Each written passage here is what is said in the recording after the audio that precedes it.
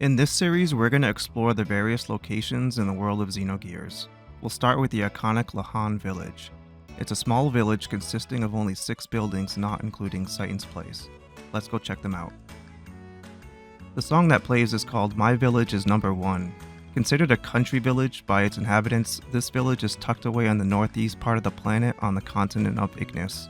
It lies relatively secluded and protected from the rest of civilization due to its mountainous terrain and the one entrance and exit requiring traversing the dangerous Black Moon Forest.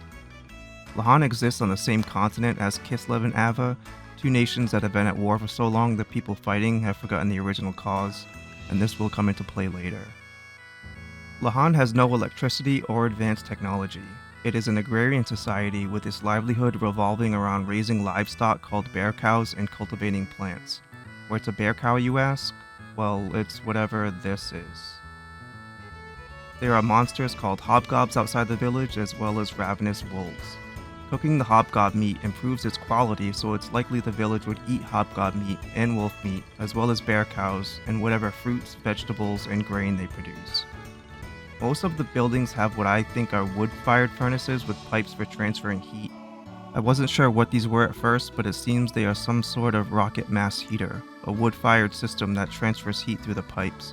But if someone has a better suggestion, let me know in the comments. Another technology they utilize is the windmill that presumably mills the grain they harvest into flour. The town utilizes well water, and if Faye jumps in there a bunch of times, he can find some items that people have thrown in there.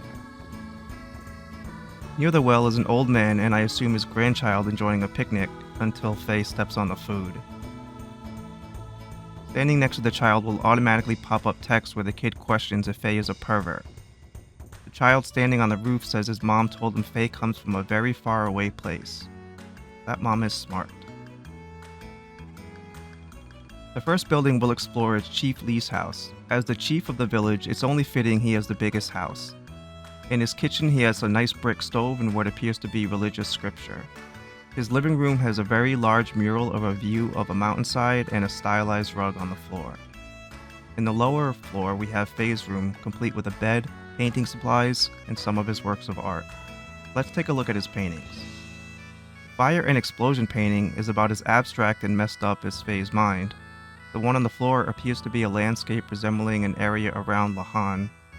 Another one hanging on the wall appears to be an orange sunset between a rock crevice, and the last one hanging up is a dead tree on a hill overlooking more terrain.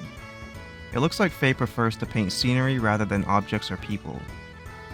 There's another room with storage, and it doesn't seem to have been cleaned recently as Faye nabs a spiderweb and keeps it for later. In the other room in the house is a maid who, if you speak to her, tells Faye that he was severely injured when he was brought into this village by a masked man. There are 2 beds in this room, one belonging to the chief and the other to the maid. I'm surprised the chief didn't opt for a single queen size. In the next building we have NPCs who offer tutorials regarding many of the game mechanics. One of these NPCs is Luca from Chrono Trigger. Interestingly, and not to get too off topic so I'll keep it short, but Xenogears was originally pitched to be Final Fantasy VII, though it was rejected as the themes were too dark. But Takahashi was ultimately given a team of some ex-Chrono Trigger developers to create a new IP. Xenogears. Hence Luca makes a cameo here. Then she cons us out of 28 gold. What a One of the other houses is a residential building occupied by a wife and a husband on the ground floor. The husband is obsessed with a game called Rock, Paper, Scissors, and she begs someone to beat him in order to stifle his passion. To do this, you need to beat him 5 times in a row without losing and betting 50 gold. After some serious luck, patience, or in my case, save scumming, we beat him and get the legendary RPS badge. I'm sure this will come in handy many hours later. In the basement is an old man who, if Faye replies that he likes Lahan, will give him 120 gold. Thanks, old man. This house is conspicuously lacking any beds, however. But they do have a nice brick fireplace. Next is Alice's house. It's a 2-story home with a fireplace and 2 beds on the first floor. Alice's aunt is here and tells us that Alice's mother and father died, and she became the guardian of Alice and her little brother Dan. The game never explains how they died, so we can just make up our own story. Perhaps they were looking for medicine in the Black Moon Forest and were ambushed and killed by a monster, or maybe they just attempted to see Citan. On the second floor, Alice is standing in front of her wedding dress, seemingly contemplating her future. Alice asks Faye if he can retrieve a camera from Citan for the wedding. Then she laments how her life would be different if Faye had been born in the village instead of arriving late. Clearly, Alice likes Faye more than Timothy, but feels obligated to marry Timothy instead. Faye, realizing how awkward the conversation will become, takes off. The next destination, the village bar. The lambs sure do like to drink. For a small village, it's a decent-sized bar. A little dirty, though. You can see the original brick under all this dirt. Does anyone want to sweep up? One guy tells Faye about how he'll need to face his dark wind and then laughs as if it were all a joke. That's certainly not foreshadowing. The barkeep won't serve Faye because he's too young. "Excuse me, sir, there's nothing to do here." Another patron has dreams about digging for treasure in the southern Ava desert. The fella sitting down also wants to head to Ava and become rich. There's a prostitute named Ellen who genuinely tries to proposition Faye. She seems nice.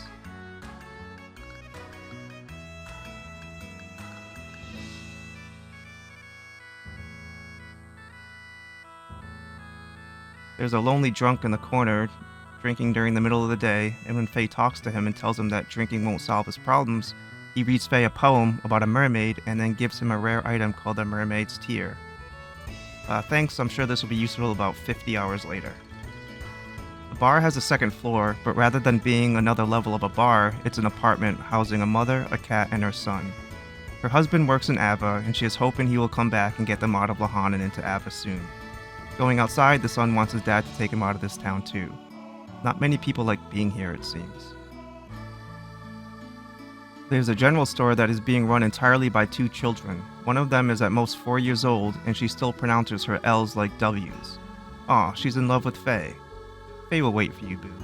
I'm sure nothing bad will happen anytime soon. Child shopkeeper has some items for sale. Given the isolationist nature of this village, with everything being made in-house, there isn't a large selection to choose from. The villagers gripe that in order to receive medical care from the doctor of this village, they need to traverse up the mountain path, with the journey there containing dangerous terrain and hostile creatures in order to reach his house. This is a very legitimate complaint. As we make our way up the path, battling hobgobs and wolves, jumping over dangerous cliffs, and pocketing a spider Faye found in a tree, we finally make it to Citan's house. The music changes to Valley from Where the Wind is Born. Citan's house is designed in an odd manner, with it seemingly being carved out from a large stone with circular module rooms added on.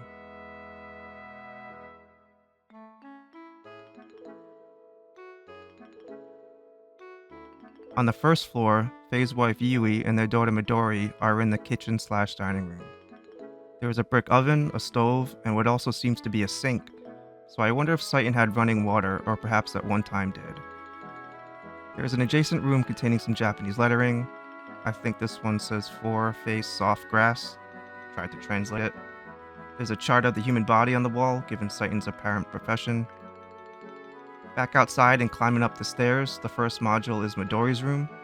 There are two beds, which implies Yui sleeps in the same room as Midori. She left a squeaky stuffed animal on the floor, which if you step on it, will make a sound. Climbing up to the last module, we have what looks like a study, with some Japanese text hanging on the walls. I could only translate one of them, which I think says "fast like the wind," which is what most people believe Citan's element was when he was an element. If you climb the ladder, there's a telescope on top. Looking through it, you can see the area around Lahan, and even see Dazzle across the Black Moon Forest. The last building we will look at is Citan's workshop, located behind his house. A major project he is working on is the Land Crab, a four-legged mobile machine with a propeller giving it the ability to fly. However, it is crudely manufactured given the lack of parts in the area, and Citan's proficient but limited technical skills. Inside the workshop is a music box that is over 4,000 years old, which originated from the Zeboim civilization. The music box contains a rotating angel, notably the same exact design of an angel that is in Shavat. This is because Shavat was heavily inspired by Zeboim culture, religion, and technology. It's likely that the angel is a representation of the antitype. When Faye hears this music, it grounds him, reducing the likelihood Id would manifest, as it is part of Citan's role as a secret Solarian agent sent to monitor Faye. The music box breaks, and it's now dark outside. We can explore the nighttime view of Citan's house, but there isn't anything else to do that we haven't already done. Well, I hope you enjoyed the tour of Lahan because it's about to get destroyed. As we saw in the intro, a high-tech battle between giant metal robots erupts in this peaceful town. Faye pilots a special gear named Weltal and tries to save the village. However, Graf instructs an enemy gear to kill Timothy in order to destabilize Faye. This causes Id to awaken, and Id Faye destroys the village, many of its inhabitants, and even Alice. But for a village that was so secluded, how did Lahan become a battlefield? Well, it was intentional. Graf, unlike Solaris, wants Id to take the center stage of Faye's persona. Sometime in the past, Graf created a clone of his gear and named it Weltal. He lent this gear to be studied by the Empire of Kislev to assist them in the war against Ava. Graf orchestrated a scheme where Gebler, Solaris' special force unit assisting Ava in the war against Kislev, would infiltrate the Goliath factory, a robotics facility funded by Kislev, steal Weltal, and return to Gebler airspace, which was on the direct path of Lahan. During the escape, Ellie is shot down over Lahan, and their squadron, along with Weltal, lands in Lahan.